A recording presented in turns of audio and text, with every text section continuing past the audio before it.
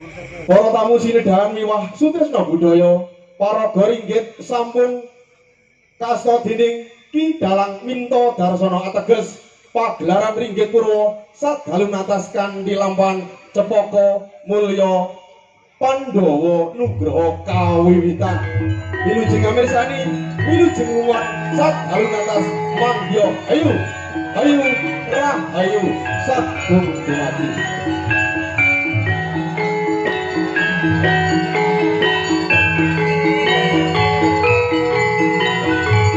Kanthi Asisanti, Jaya, Jaya Wijayanti, Desa Bangonejo, Anjayeng Bawono, Jaya Salamio. Wassalamualaikum warahmatullahi wabarakatuh.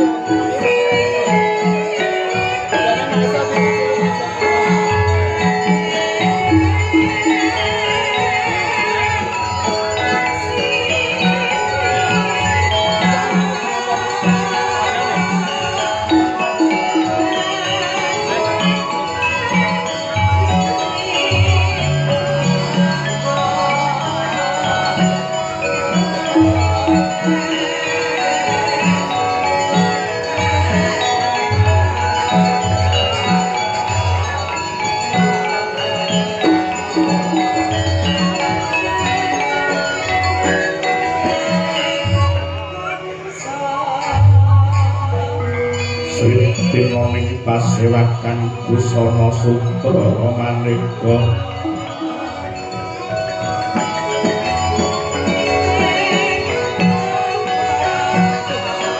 sepados peteng udyono yang panggrangkang sawarokmo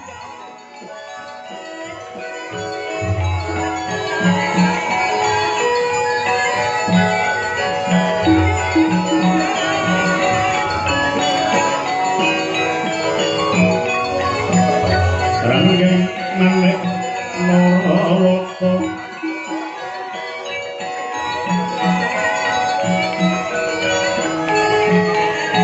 Prabhanya someran nyaring bejo liwaran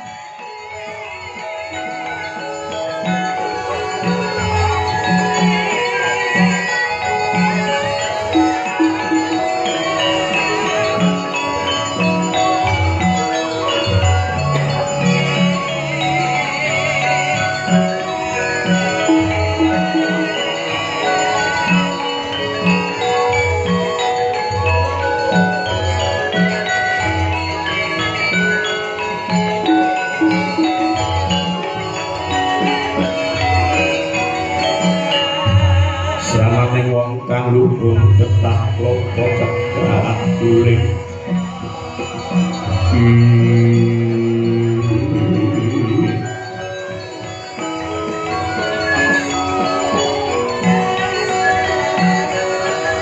eling nasa lacat miko yen wacana kudu manis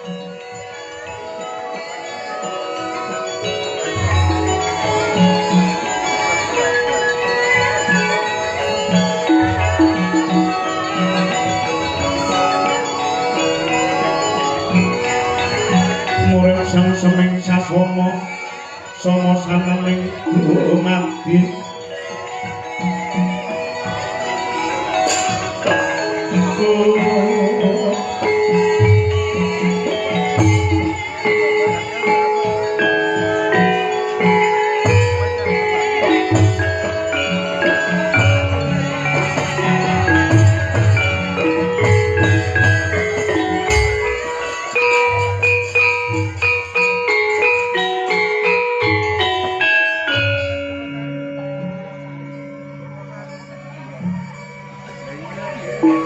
sesanti amarsugyana tepi dharma ing reh kautaman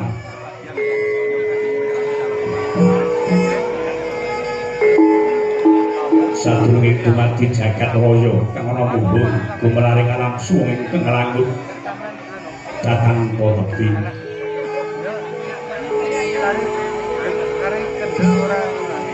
enam hening neskala nikmating pramandita sinaputing durgama saserwengkaning titah purweng kayu urunang buka wiwaraning carita sunungging prampita dinumpit langening budaya luhur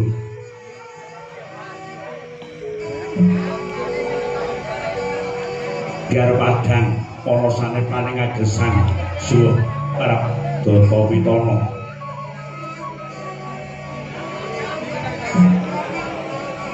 Rahayu Sagung dumadi Rahayu Sagung Dawana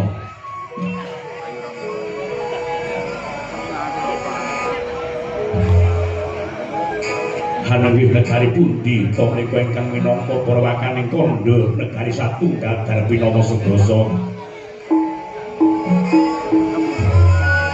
muhung ing negara Hastina ya Gajah Toya ya Liman Benawi ya Guru Janggala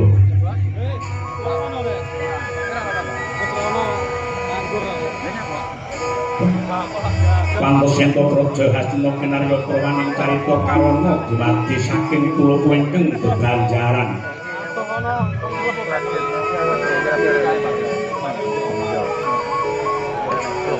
Sinula sengapaning Toya Benawi pinambyung ing samudra Dromaya ing langit datanpa agut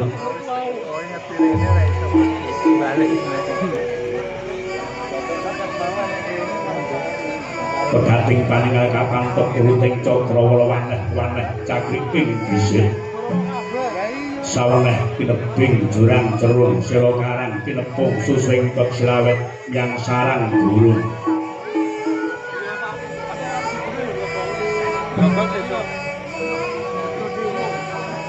wonten ugi pasisir angker sasana jembar pepekaning pasir gumelar ginaris pinggir tantu ingkang angrem buyung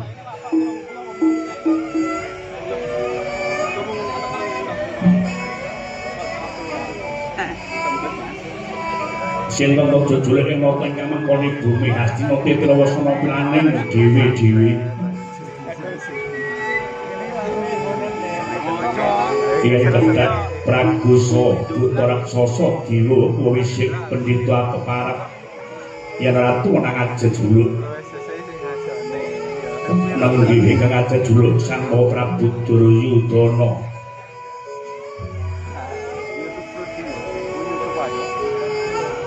ya Prabu Suyudana ya Jaka Pitana Prabu Tripamangsah Prabu Gendari Suta ya Sang Prabu Dresta Raspratmaja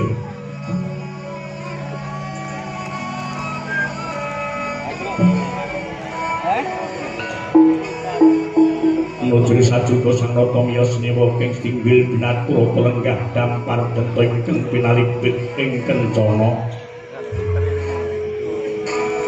Lemek babut permadani sinebaran kang sari-sari ginanda weteni sah jegat kasturi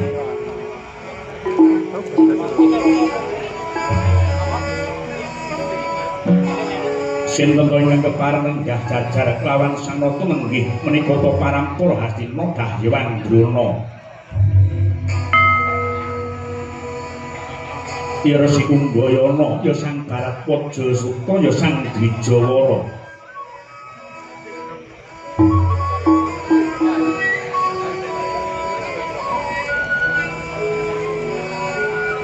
dene kang corong tejane sasatwa dene lintang panggraing nenggih kadang reda Narendra nganggo Sang Karna Basusena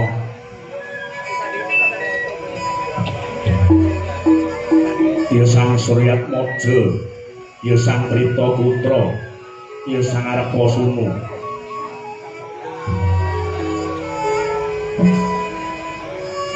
ingkang tetela kinarya agul kekuwataning bangsa Hastina dene kang kepareng lenggah amariku nukur kon jembantara wadhanane warangkanata Hastina nyatring wasa jenar kekasih Raden Patih Harya Sangkuni ya Sang Harya Soman ya Trigantal Pati ya Sang Gendara Desa ya Sang Mahajulik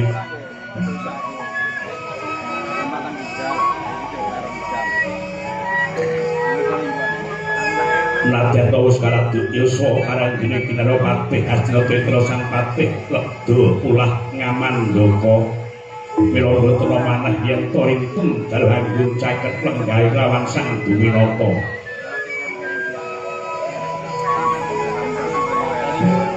dene kanggo para wingking kang rayi satring tirta tinalang Raden Kartamarma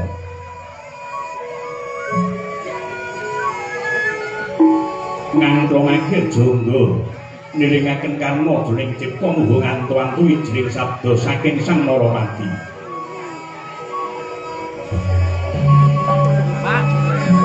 Kehamber hambalat barengan dumugi sanggawining tratak rambat kados sekang samya mara sibda kaya ndoyong-ndoyana pancak sujining alun-alun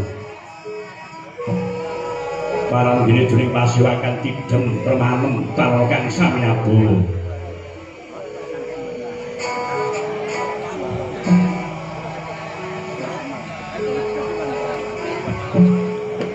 sawetawis kang Sang-Nata dereng kawis pangandikane teka kaya mangkono kang citane Wardaya ingkang dereng kawis lisan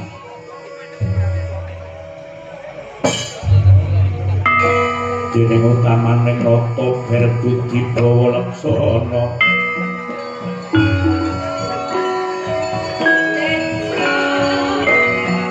lirik Berbudi mangkono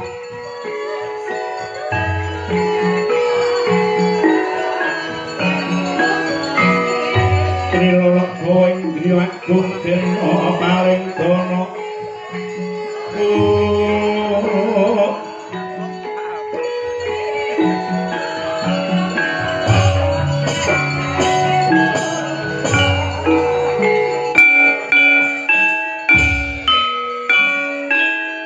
Angge kanjang abang dino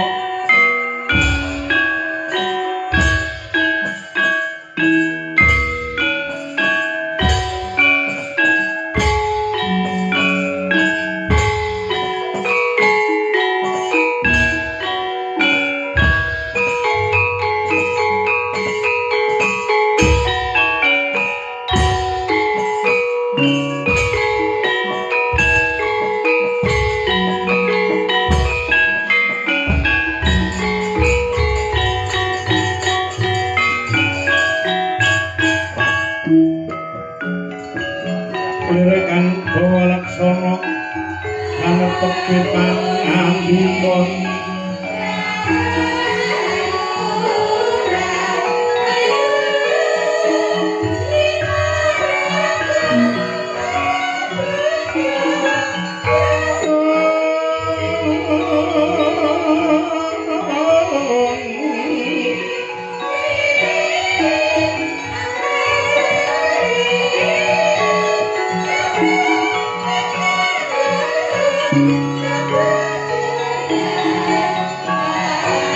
Angkawane tanah Jawa kang padha jumeneng ngaji Satya Debya Sumbodo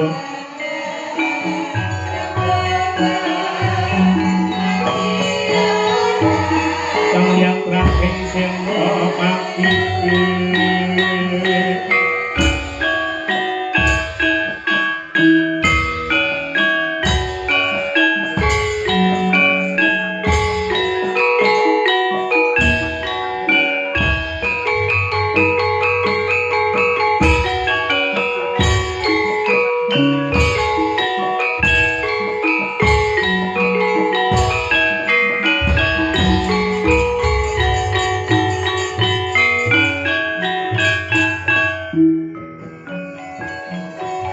Panugitan Trasugi Tinolang Mabem Panipun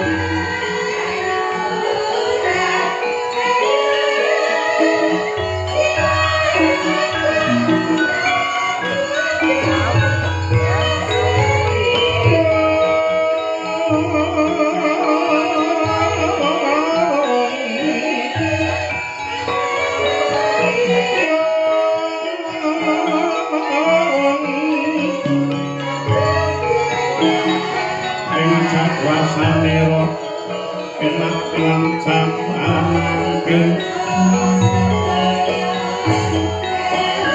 sejatine tak bisa ngepreti purna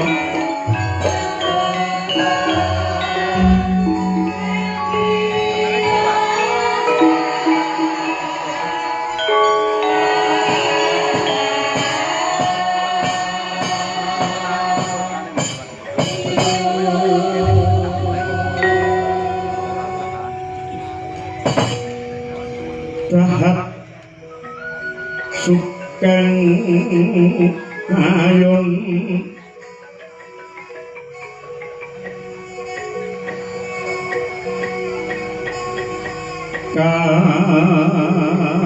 Kayung Yun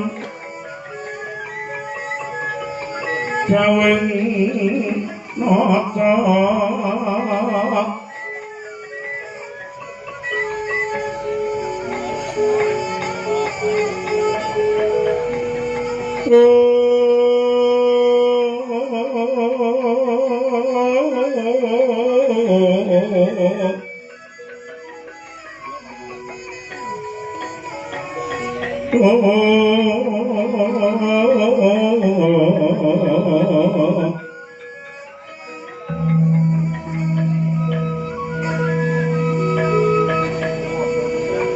Silur juang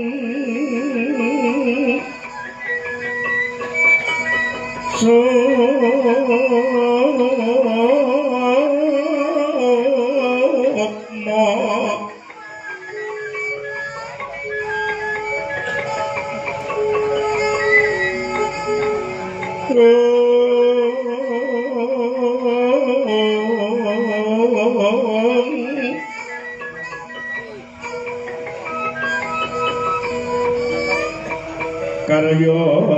khas carayeng sabumi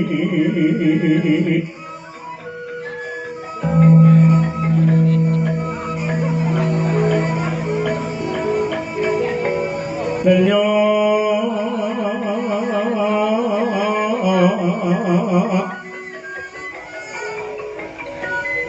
pepanggihan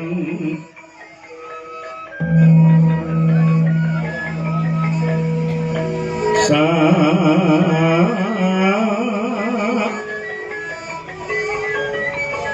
mi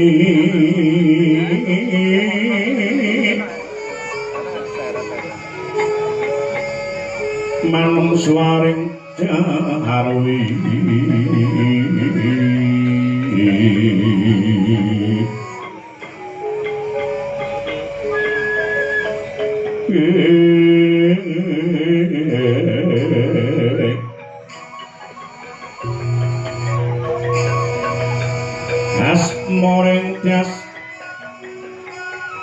asmoreng tias tatyo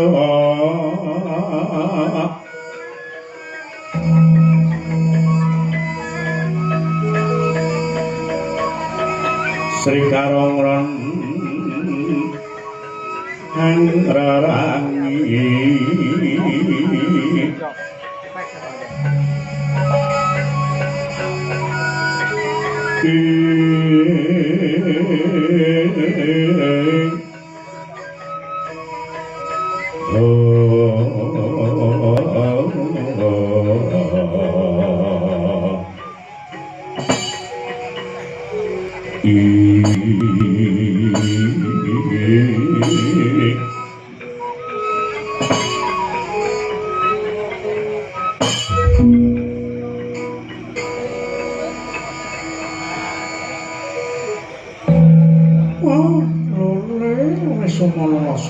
tempe duduk monyor Allah cuk krek sengguni iya ana dawuh mopo Kakang Bayadrona apa kaya ngene iki rakasane dadi kawula cilik apa nikah dadi wong cilik bener wis salah saya sing mara coba pirang pasenan anak Prabu Dana mongke delang bae wis itu kang dawa ana sewakan do negara Ngastina nganti kebatasen nggone padha sapet jagong ana pasewakan kaya ngene iki kedadiane Prabu Darasina digawa nyanyi monggo sak ngertiku uga dawing para luhur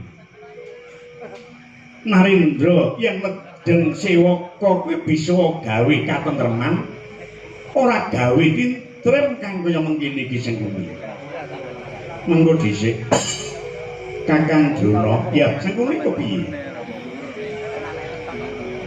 umpamane Kakang Drona paring dawuh kang kaya mengkono kuwi apa wis mbok nalar tegese sing kuwi kang ngerteni lagak kang sargon lagiane anak Prabu Duryudana kuwi kan mung Kakang Bayadrona saben dina enteng reng saben runtuh para kakung galianing mbok menawa Kakang Bayadrona apa tekan dalan kawan galih Prabu Duryudana senguni aku nang uga seminggu kok Prabu Duryudana dak marang Sukalima dak marang dawuh Rupane iki mengelih kaning jagat kengrang ping 4 Payudha Jayanangun saya limiran pekabaran Pandhawa saben wektu mbiwada utawa misuda marang para putra-putra dianggep nyusun kekuatan kanggo ngadepi jaganing jagat Bratayuda Jaya binangun. Nah pungkasane sing muni paring dawuh marang pun Kakang Premban Durna paduka menika pujangga ngastina nggih sesepuhing putra-putra Pandhawa. Kula pasrah bongkan murih sagedipun Bratayuda niku urung ning kanthi cara saderenging tumapaking Bratayuda menika dumados Pandhawa sampun dumugi ning pejah. Lah niki sing dawuh monggo kaya mengkono njur kundur marang negara Ngastina. Lah ning kene iki pun Kakang ulir budi ngempake rasa. Ngono ya Kakang, ya kaya ngono kuwi. Dening aku pinarcaya, aku njur nimbali anakku Bratasena. Bratasena tak kersuwan ing Sukalima. Lalah. Bratasena ki duweni pangarep-arep. Pengen meguru marang pun bapa golek ngelmu sangkan paraning dumadi. Lah, iki kesempatan sing ngene iki kesempatan. Kesempatan piye Kakang? Gandeng Bratasena kepengin golek ngelmu sangkan paraning dumadi dadi dalan niku budi daya mremah matining para Pandhawa. Aku saguh medharke ngelmu sangkan paraning dumadi. Ning kudu ana syarate. Werkudara tak dawuhi ngono. Bratasena saguh. Syarate apa Kakang? Takon golek kanggo susu nyanyim. Ning Gunung Rasamuka. Monggo ning kono kuwi ana buta loro. Sing jaga Rasamuka. Buta loro. Iya. Njur jenenge buta mau. Jenenge buta kuwi mau ora salah. Rok muka karo rok mangkala. Monggo dhisik. Wong tuwa iki le dawuh sing cetha. Roh muka apa rok muka? Rok muka. Rok muka ya Kakang. Mbah, catet aku rok muka. Iya. Bratasena wigih ringa. Jaluk pamit mangku bapak bablas ning gunung Rasamuka. Pedhok buta loro mau. Monggo ning kono ki nek apa-apa, tak apusi. Nek kono jare ana kayugung susu angin. Monggo buta ki padha ngelih. Buta ki padha golek pamangsan. Pungkasane dadi dedah, dadi panca bakah. Ing antaraning Bratasena kan buta loro mau. Monggo pengajap tak lorake sing ngene. Banjur nganggo gumul. Widaning Bratasena wis ora kena dibendung. Pungkasane buta loro mau kemake tiwas. Mati. Ilang wujuding buta, bleger sejatining wujud dewa kayangan Bathara Indra karo Bathara Bayu. Dadi Bratasena ora mati, malah diparingi bebungah kang aran Kalpika Gaib Dru Indra. Dadi Kalpika Gaib Dru Indra. Widaya pengawasannya lamun samudra bakalem dening larih. Ing preksama sapa Bratasena ampuh marang bapa ana ing Sukalima karep bangiren ngono. Arep renggosan. Kita kudu nesu cahe are-are. Ya. Tak lus-lus batuke. Sabar yo, Nger, sabar. Kegagalan adalah sukses yang tertunda. Iya. Diawet saka ngantenging rasane Bratasena nggone kepengin entuk nyamusangkan barang. Nutuh marang pun bapa kepiye carane nganggo cara apa bae tetep bakal dilakoni. Tak tuduhke yen kok sejatine srana kanggo gayuh ngilmu sangkan marang kejaba kayugung susu angin si ana srana sing angka loro. Apa Kakang? Takon golek banyu perwita suci ana tenging samudra Minangkabau. Bratasena ya saguh. Lah ya kuwi sing tak gumune ana kono kuwi Werkudara ki ora mikir ning diperintah nang endi wae. Waton sing mrentahke guru ora bakal tindani. Saking mantepe Bratasena bali Metu ibune Kunti Kalibrata ya Kanjeng Jimat pamit karo sedulur-sedulure. Ngerti yang sedulure iki jane tak jlomprongake mau padha digandoli ning Bratasena ora mendeng ubaya, ora runtur saka keguntur. Sawise pamit Kanjeng Ibu, monggo ki mujudake donga sing paling ampuh. Nek wong tuwa wadon gelem dongani marang anake, kuwi bakal dijabah karo Gustine. Mergo ana tembungane, ridho Allah fi ridho waliden, wasuta Allah fi sutil waliden. Apa iki? Ridane Gusti gumantung marang ridane wong tuwa wadon. Bratasena bablas jujuk ana ing samudra. Nang teko pinggiring samudra mau Bratasena ki manyek mangu tegese gek nyemplung gek ora, gek nyemplung gek ora. Monggo kowe digegayuhan kok manyek mangu kuwi cok kala mangsa ora kabul. Ning lek tekad iki bulat kuwi mesti bakal kasembatan. Sajroning Bratasena meneng jrono swara sing tanpa rupa, Werkudara, Bratasena, kowe lewani aja wedi-wedi, wedi aja wani-wani. Nah, wantaking Bratasena disendut tembung kang kaya mengkono. Dheweke eling lek gurune ki Drona, Drona ki ora tau wedi karo sapa-sapa. Sing tak wedi ki ibuke cah-cah tok. Percaya ora? Mula aku ki brengosku jlaprang ning angger seruput. Tembung dewa iki tak mecucu besengut takutku tanpa kepindah. Iya. Banjur sawise rungu tembung kang kaya mengkono Werkudara wis ora slangka. Jangkah nyemplung ana sajroning samudra. Nyemplung blung. Tomong sepala. Jangkah meneh panggah sapala. Kok jerumun kira jajak-jajak. Jeru. Ya sok-sok jenenge segara kene sing jeru nek sing cetek. Ora kali nek dhek iki ngumbul Kapika Dru Indra. Bareng saya menengah. Ngerti menengah? Menengah. Saya nengah. Kok grenjel apa iki? Dadi nek wis grenjel iki bayar pira-pira ngono ki aku wis ora enak. Tak gambarke kaya ngono. Lek ku nyangoni Bratasena kaya ngono iki. Lek wis petuk grenjel-grenjel gak aja srangka. Tutupno bablasno. Bratasena. Grenjel-grenjel mau dicekel. Dicekel. Nah kok saya gedi.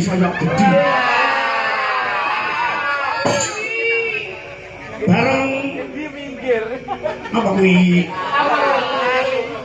ngerti sing iki wujuding ula aran ula nembur nawa dadi dredah perang antara ing ula nembur nawa kelawan Bratasena ginubet ing ula ginulun ing alun nganti kentikan daya pangaribawa nganti ra duwe krekat lan duwe daya lan duwe semangat. Lepancen lan semangat ya leren dhisik ngerokok ngopi golek 10 tandangi meneh. Werkudara ya ngono kuwi. Bareng wis 10 tenagane sing kuwi cinandak kang stane taksaka tinuwak kang tutuke karo kuku Campanaka. Campanaka. Padha sakala nembur nawa tepekaning tiwas dadi banjir getih. Dadi kaya segara getih ilak ning nembur nawa sengguni ana cahya gumono ana bocah bajang. Nah kok Werkudara malah cethuk guru sejati mongko aku durung tau cethuk malah Werkudara wis cethuk kaya ngono ki lek kowe nuduhke ora iklasku dadi guru ning Bratasena mekasan aku bisa nuntun Bratasena bisa petuk lawan guru sejati monggo dhisik.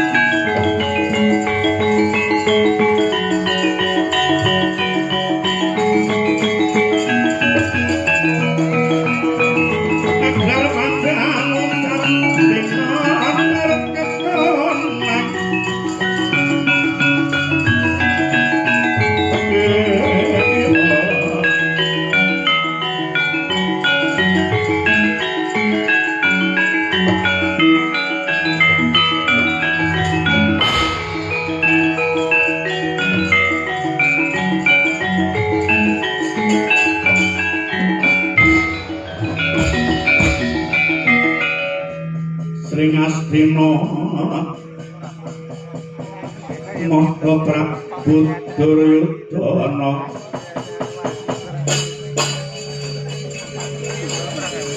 nang dikodo nyayogara dan karekene sigra araya senan jujuk kang iwang ono sono mengenali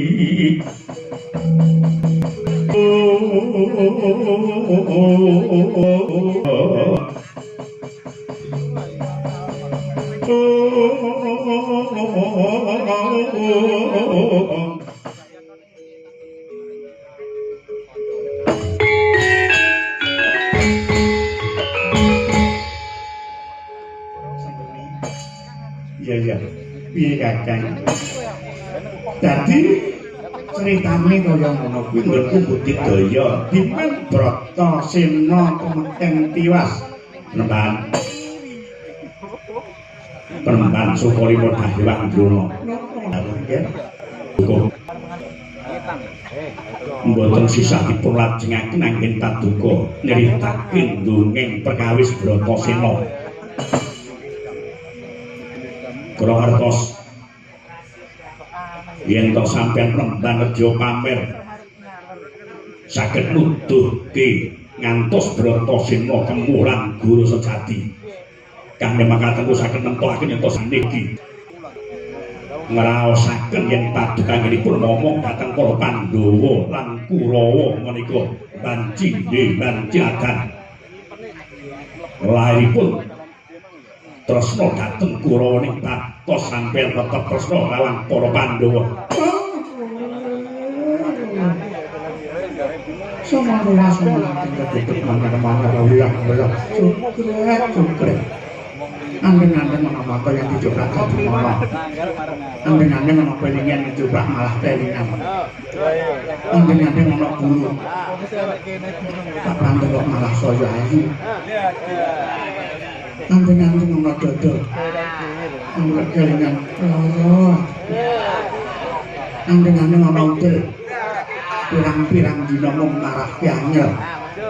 Andeng-andeng menapa lakang.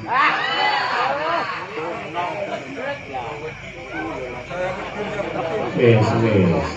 Kurang sitak sendiri. Napa? Anting-anting ana bakal. Udel. Nuwun sewu nggih, Nger. Napa duka nggih anak Prabu Duryudana paring dawuh bilih kula menika mbacindhe banciragan Witacara ngantasipun siswa niku nggih bener. Nggih lantas. Mboten wonten critanipun guru niku beda cara dhateng para siswa. Umpami memulang siji matematika, loro nggih matematika. Rawa ngilmu pengetahuan pendhawuh pengetahuan alam. Mung sesa-sesa murid iku le nampa. Mergo jenenge murid iku ono wadah. Ibaratnya kaya wadah-wadah karesik karo wadah kang tegep penemban. Sampun. Pasewakan Ngastina mboten ngrembug para Pandhawa. Cobi maraosaken kebaking panandang Ngastina kados dene kabah kang dening teri. Lampahipun kawula gasih. Enjing sakit sambudidah. Kula sampun budidaya ngrawuhke para pinter para sarjana sudaring budi ulama yai. Supados nambah yudine Ngastina wadine gagar widar tenantuk damel. Melanipun paduka rasul najak lan wajak rembagan. Dus pundi caranipun supados enggal waluya jati kateman jati satemah mulya kados winyun. Coconan tak direpin netat. Kemajak Adi netra kocak koncara andir karok-karok kanang waca hidup nyomangol cokro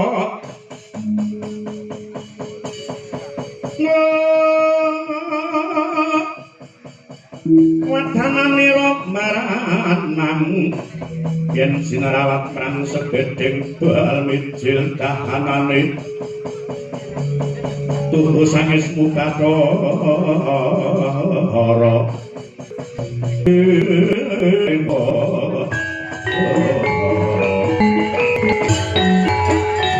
Amamoring sinong maya winadya ing asepi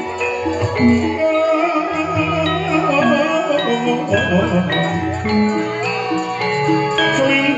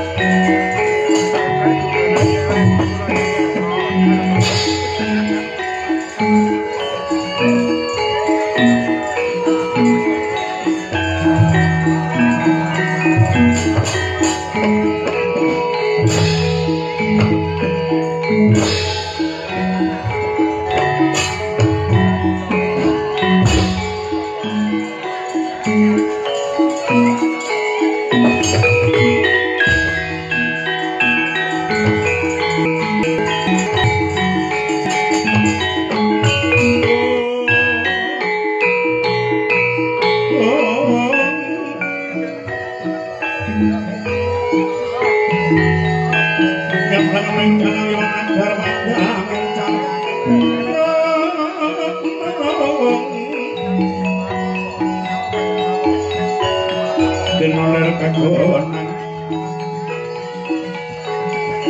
sorong-sorong petang kadang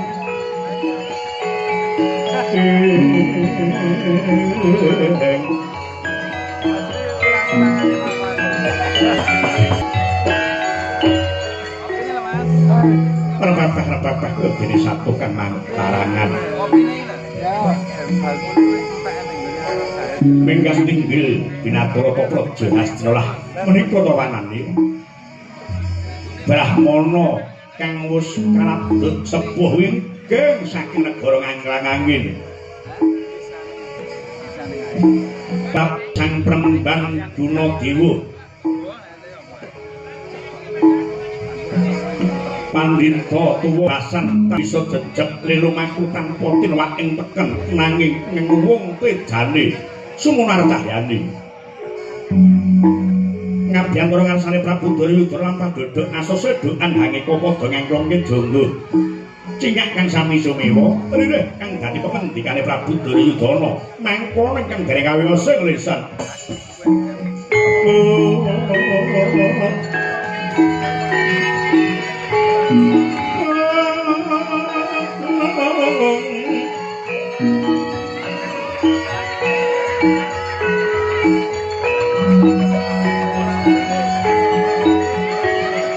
Kaya wenah wing sepi sumimpeng tulang ing kalbu kandungan ing larana